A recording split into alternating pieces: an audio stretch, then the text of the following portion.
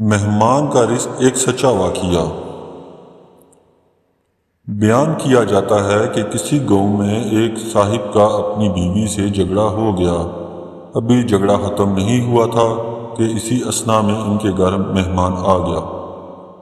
خاوند نے اسے اپنی بیٹھک میں بٹھا دیا اور بیوی سے کہا کہ فلاں رشتہ دار مہمان آیا ہے، اس کے لیے کھانا بنا لو۔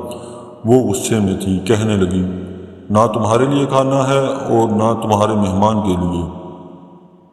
وہ بڑا پریشان ہوا کہ لڑائی تو ہماری اپنی ہے، اگر رشتہ دار کو اس بات کا پتہ چل گیا تو خواہ مخواہ خاندان میں بات ہوگی اور خواری الگ سے ہوگی۔ لہٰذا خاموشی سے آ کر مہمان کے پاس چپ چاپ بیٹھ گیا۔ اتنے میں اسے خیال آ گیا کہ چلو بیوی اگر روٹی نہیں پکاتی تو سامنے والے ہمارے ہمسائے بہت ہی اچھے لوگ ہیں، میں انہیں ایک مہمان کا کھانا پکانے کے لیے کہہ دیتا ہوں۔ چنانچہ وہ ان کے پاس گیا اور کہنے لگا کہ بیوی کی طبیعت آج کچھ خراب ہے، لہٰذا آپ ہمارے مہمان کے لیے کھانے کا انتظام کر دیں۔ انہوں نے کہا ٹھیک ہے۔ وہ مطمئن ہو کر مہمان کے پاس آ کر بیٹھ گیا کہ مہمان کو کم از کم کھانا تو مل جائے گا، جس نے میری عزت بھی بچ جائے گی۔ تھوڑی دیر کے بعد مہمان نے کہا کہ ذرا ٹھنڈا پانی تو لا دیجیے۔ وہ اٹھا کہ گھڑے کا ٹھنڈا پانی لاتا ہوں۔ اندر گیا تو دیکھا کہ بیوی زوروں کی طرح رو رہی ہے۔ وہ بڑا حیران ہوا اور کہنے لگا کیا بات ہے؟ اس نے پہلے سے ہی زیادہ رونا شروع کر دیا۔ اس کے خاوند نے کہا بتاؤ تو صحیح، آخر تمہارے رونے کی وجہ کیا ہے؟ تم ایسے کیوں رو رہی ہو؟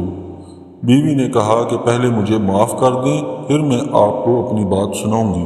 خیر، اس نے کہہ دیا کہ جو لڑائی جھگڑا ہوا ہے میں نے وہ دل سے نکال دیا ہے اور تمہیں معاف کر دیا ہے۔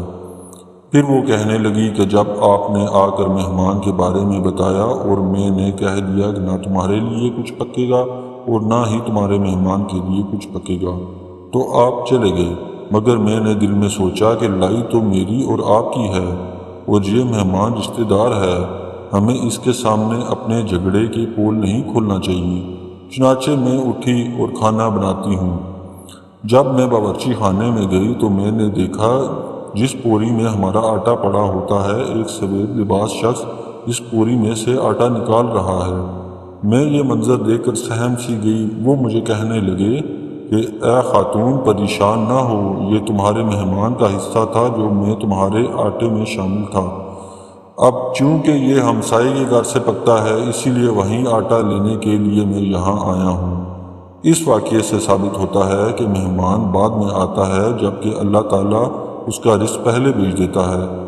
یہ واقعہ کتاب خطابت فقیر سے مؤخذ کیا گیا ہے۔